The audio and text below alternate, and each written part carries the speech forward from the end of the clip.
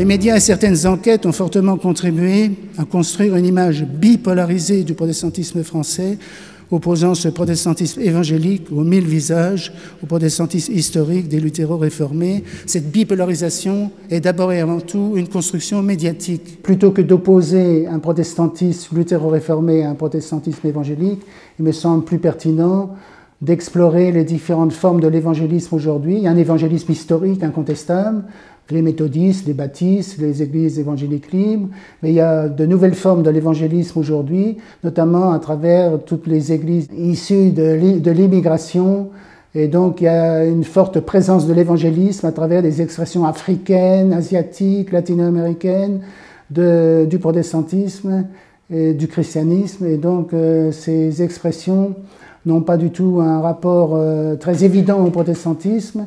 Il faut être attentif à ces nouvelles formes de l'évangélisme.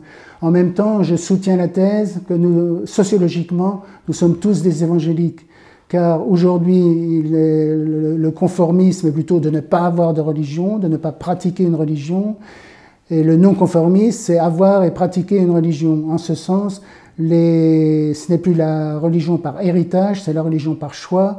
Et donc les chrétiens protestants luthéro-réformés sont également une manifestation d'une religion par choix. Et nous sommes tous devenus, de par cette situation sociologique, des professants, des témoins en tant qu'expression minoritaire d'une espérance religieuse, l'espérance chrétienne. Et donc les transformations sociologiques de la religion transforme aussi les rapports entre évangéliques et non évangéliques.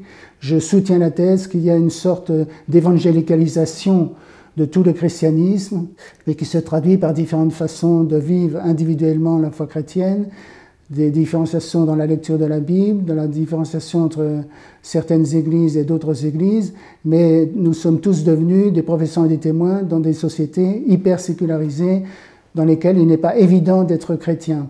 Et donc ces conditions sociétales rejaillissent sur les rapports internes entre monde évangélique et monde luthéro-réformé. Je dirais, pour résumer, que les nouvelles caractéristiques de la configuration évangélique, c'est d'une part l'importance des églises issues de l'immigration, le fait qu'elles s'inscrivent dans des sociétés très sécularisées, et le fait aussi qu'il s'agit d'un évangélisme très internationalisé. Et donc l'évangélisme en France comme ailleurs n'a pas le même rapport au territoire et à l'histoire propre du protestantisme dans les territoires.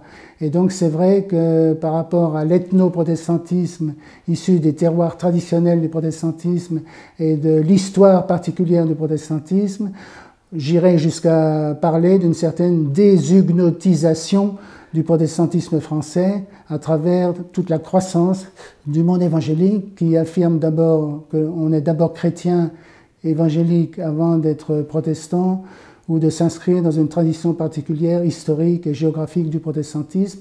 Et donc on pourrait dire à la limite que l'évangélisme contribue à plus insister sur le centrage religieux par rapport aux dimensions culturelles, historiques, relatives à chaque pays, à chaque région.